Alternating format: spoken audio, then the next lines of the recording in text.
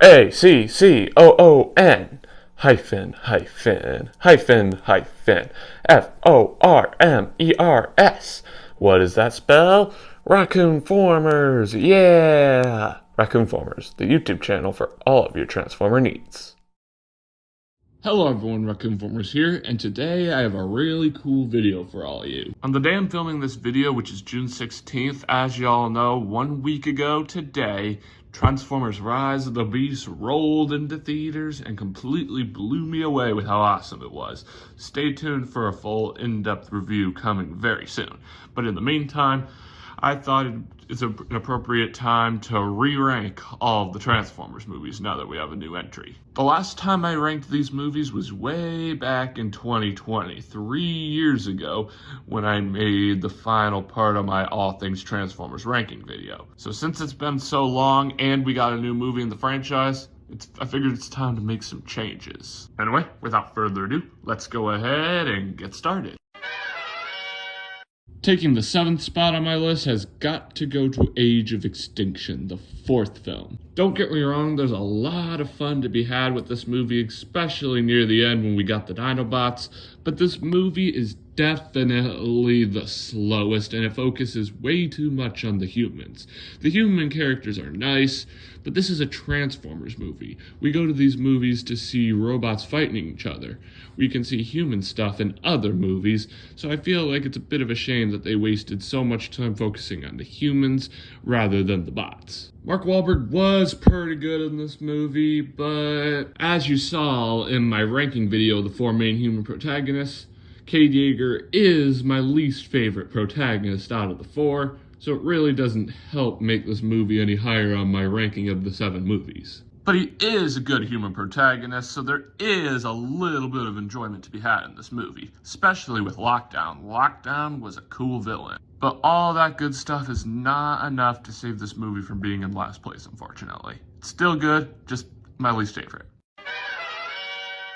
Taking the 6th spot on my list has got to go to Revenge of the Fallen, the 2nd Transformers film. Don't get me wrong, this movie also has enjoyment to be had, all the Transformers films do, and it is a phenomenal sequel to the one that started it all, and it introduced a lot of cool characters into live action, but it does have flaws that I can't look past. One, it has the same issue that Age of Extinction does. It focuses way too much on the humans. We honestly didn't need to know everything about what was going on with Sam. Like, all the stuff at his college was probably unnecessary. And the other thing is the fact that Optimus was killed off temporarily and sidelined for most of the movie. Yes, I'm happy that he came back at the end, and that's probably the reason why this film is in last place, but it is frustrating that he was sidelined for a lot of this film because he is my favorite character. But some of the reasons why this movie isn't in last place is the fact that we got our first and only combiner in the live-action franchise in Devastator, who is super duper cool. And the main thing being my man Jetfire. Jetfire was super duper funny. Mark Ryan played him very, very well. And the way he sacrificed himself at the end to restore Optimus Prime, creating one of the coolest Optimus Prime looks ever in Jet Power Optimus Prime, definitely gave me a lot of appreciation towards that guy. And because Jetfire's in this movie, that's the reason why this film isn't in last place. So overall, this film is awesome, and it's an awesome sequel, but there are things that could have been done better.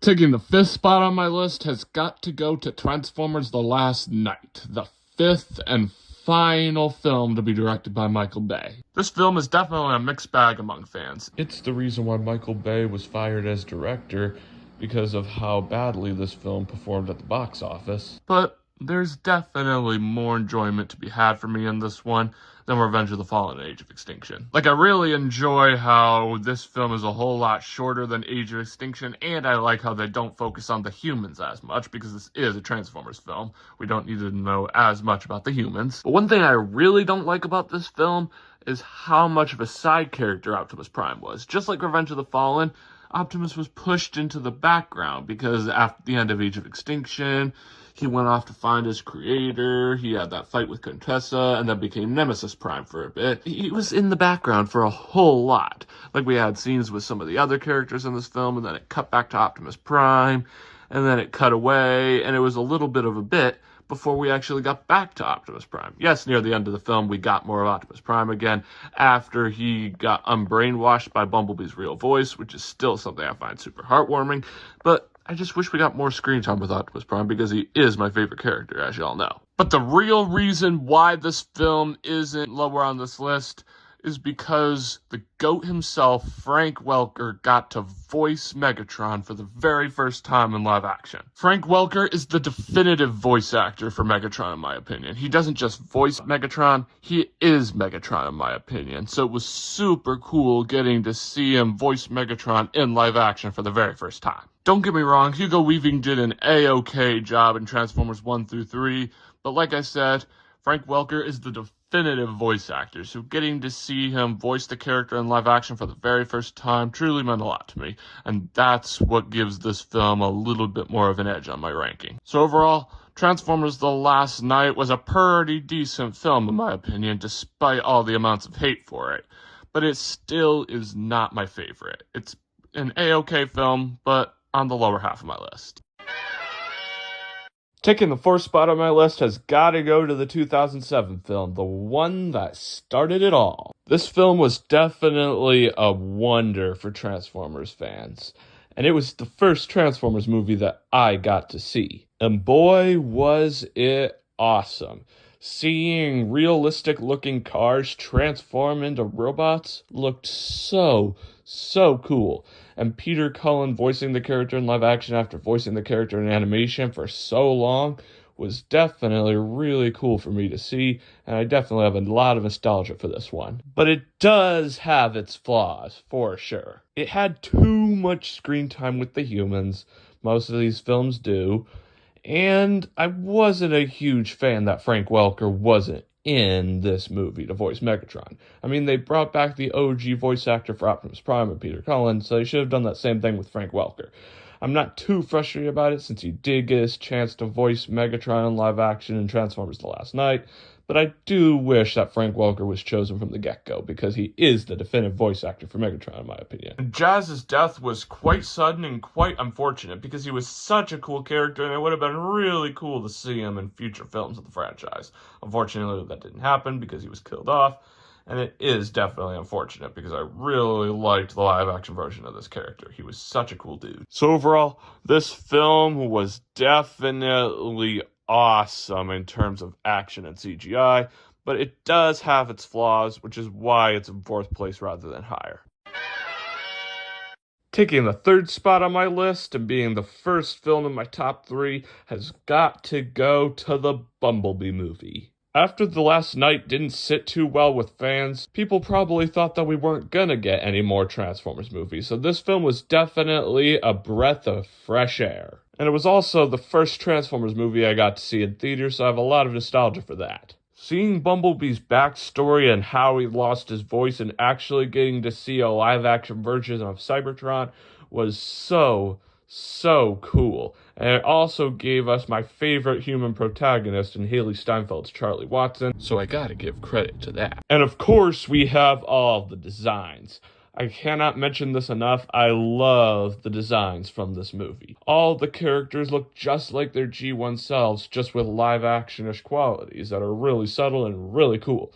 I cannot express how much I love them enough. I honestly don't have a lot of bad things to say about this movie, but the reason why it's in third place is I simply just like the 2 next movies a bit more than this one. But this film is still awesome nonetheless.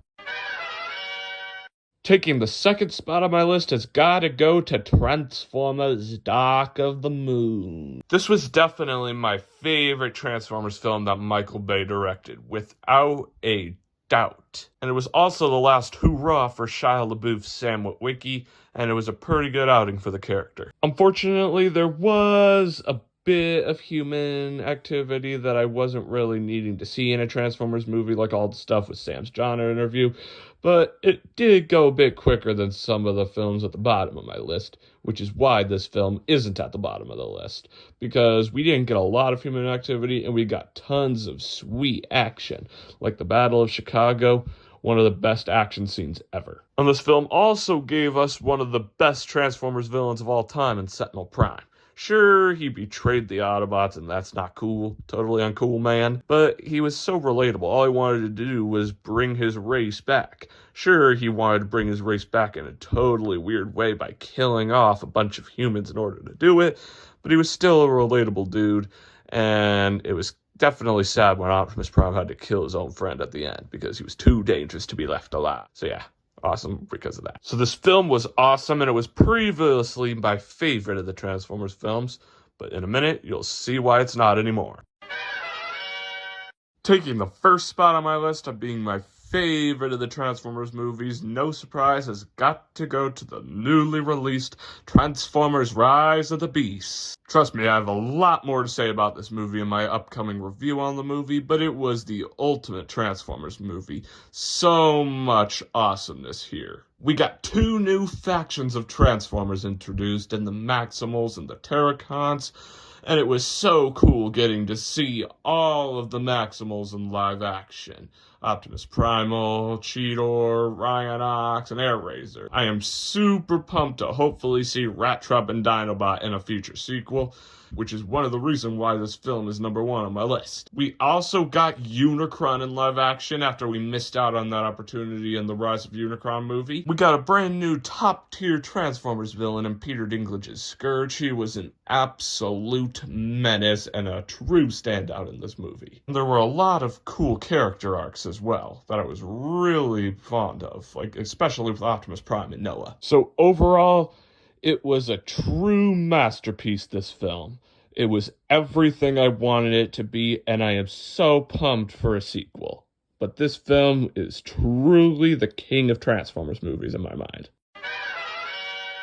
Anyway, y'all, that's how I would rank the 7 live-action Transformers movies. It was extremely hard to put this list together because I love all of these movies. I am a diehard Transformers fan, and it's extremely hard to find things I don't like about them, but I managed to do it for all of you. So let me know in the comments what you thought of my ranking, and let me know your ranking of the 7 films down in the comments as well. And I apologize for not including the 1986 film here. The reason why I didn't is because I just wanted to do a ranking of the live-action movies, since Rise of the Beasts is a live-action movie, and that's the most recent entry into this franchise. I heard we're getting an animated prequel next year, so maybe then I will include the 1986 film in my ranking. Let me know in the comments if you'd like to see that. Well, friends, this pretty much wraps up this ranking video. Thanks for tuning in. Remember to click that big red subscribe button and hit that notification bell so you never miss out on a future video. And stay tuned for a lot of Rise of the Beast content coming soon, including a ranking of all the Transformers villains